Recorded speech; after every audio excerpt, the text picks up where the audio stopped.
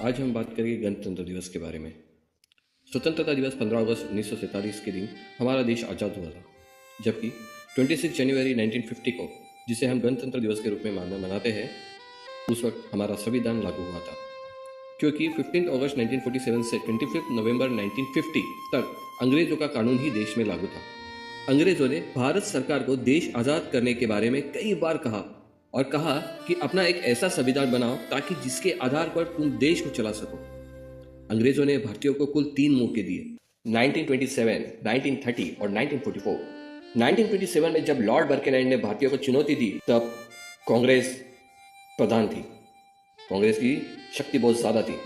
तभी जवाहरलाल नेहरू जी के पिता मोतीलाल नेहरू जी और गांधी जी ने इस चुनौती को स्वीकार किया और संविधान बनाने का जिम्मेदारी खुद ने उठाई।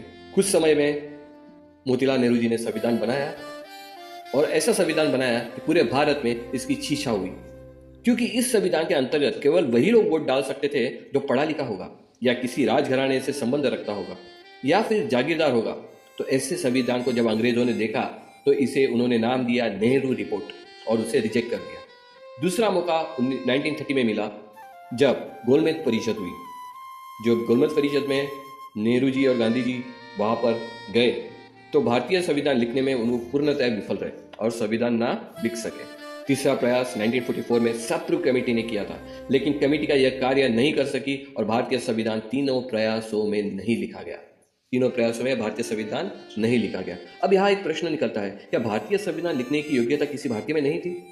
अब बात संविधान बनाने की आई थी तो कांग्रेस और गांधी कंपनी जानते थे कि बाबा साहब डॉक्टर अंबेडकर जब संविधान बनाने के लिए उन्होंने संविधान सभा में लाया गया तो दलितों के अधिकार के ध्यान में रख के SC, ST और OBC के लोगों को अधिकार देंगे और उन्हें ऊपर की ओर उठाएंगे, क्योंकि बाबा साहब ने सभी देशों का संविधान पढ़ रखे थे। इसके लिए उन्होंने बाबा साहब को संविधान सभा में नहीं आने दिया। बाबा साहब जब पार्लियामेंट में आ गए थे तो सरदार वल्लभ भाई पटेल जी ने सबसे पहले कहा था कि सारे खिड़की दरवाजे बंद कर दिए और कहा था, देखता हुआ अंबेडकर कहां से संविधान सभा के अंदर आता है। इतना बड़ा चैलेंज बाबा साहब के सामने था। जो शक्ति तो एक व्यक्ति नहीं तो लाखों ऐसे व्यक्ति थे जिनको उनको सामना करना पड़ेगा। तब बात संविधान बनाने की आई तो नेहरू और गांधी कंपनी विदेशी के दौरे करने लगे, संविधान एक्सपर्ट को ढूंढने लगे, कहाँ मिलेगा कहाँ मिलेगा। तो एक ऐसे देश में गए जहां पर प्रोफेसर डॉक्टर फिलिप जेनिंग को मिले और फिलिप जेनिंग जी को उन्होंने कहा कि हमें भारतीय संविधान लिखना है, उसके लिए आपकी जरूरत है।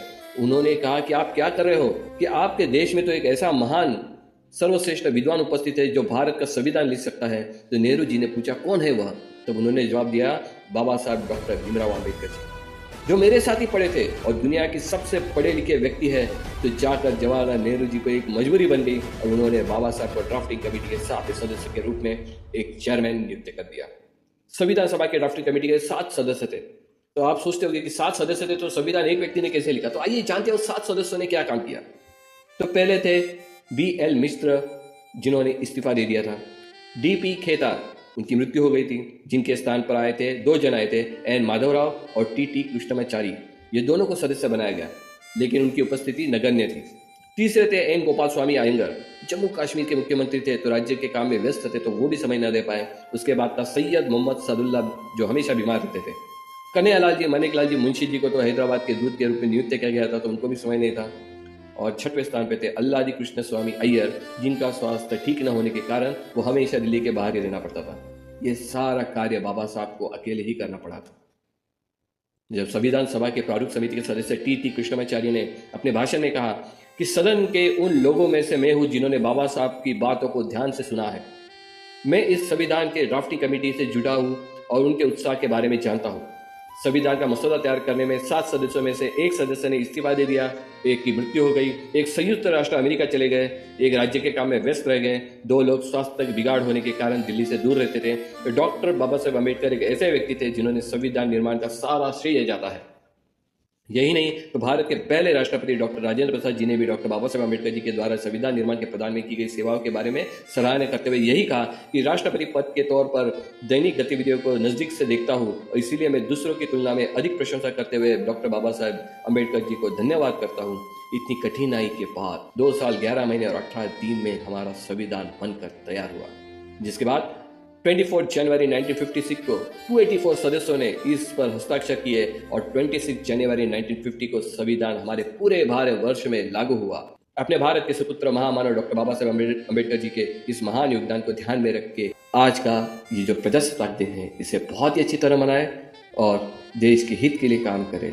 जय हिंद।